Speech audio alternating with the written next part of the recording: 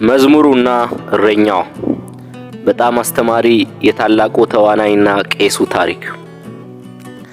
ከጥቂት ዓመት በፊት በአንድ የጥበብ ማሳያ አዳራሽ ውስጥ ከእንግሊዝ ግንባር ቀደም ተዋናይ አንዱ ለተሰበሰበው ሕዝብ አንድ መዝናኛ እንዲያቀርብለት ተጠየቀ። እርሱም ፈቃደኛ በመሆን ተመልካቹን ምን መስማት እንደሚፈልግ ጠየቀ።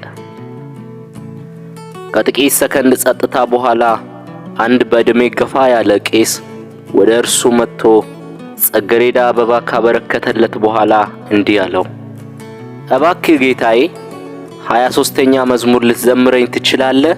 አለው። በተዋናዩ ፊት ላይ የመገረም ሁኔታ ታየ። ለሰከንድ ዝም ካለ በኋላ እንዲህ አለ፣ እችላለሁ።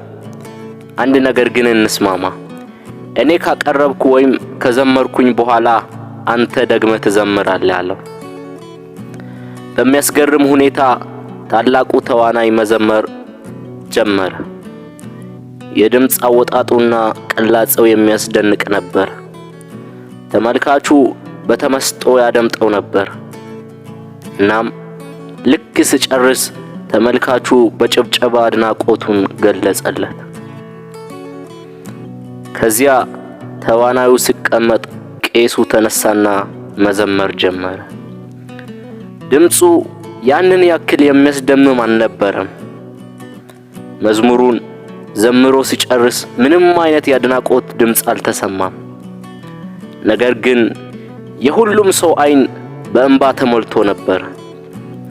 ብዙዎቹም በታላቅ አድናቆት ተሞልቶ ራሶቻቸውን ዝቅ አድርጎ ነበር። ታላቁ ተዋናይ እንደገና ብድግ አለ። ራሱን መቆጣጠር እስኪያቅተው ድረስ እየተንዘፈዘፈ የቄሱን ትከሻ ያዘና ለተመልካቹ እንዲህ አለ፣ ወዳጆቼ እኔ ጆሮአችሁንና አይናችሁን መሳብ ቻልኩ። ይህ ሰው ማለት ቄሱ ግን ልባችሁ ውስጥ ደርሷል። ልዩነቱም ይህ ነው። እኔ 23ኛ መዝሙር አውቃለሁ፣ ነገር ግን እርሱ እረኛውን ያውቀዋል።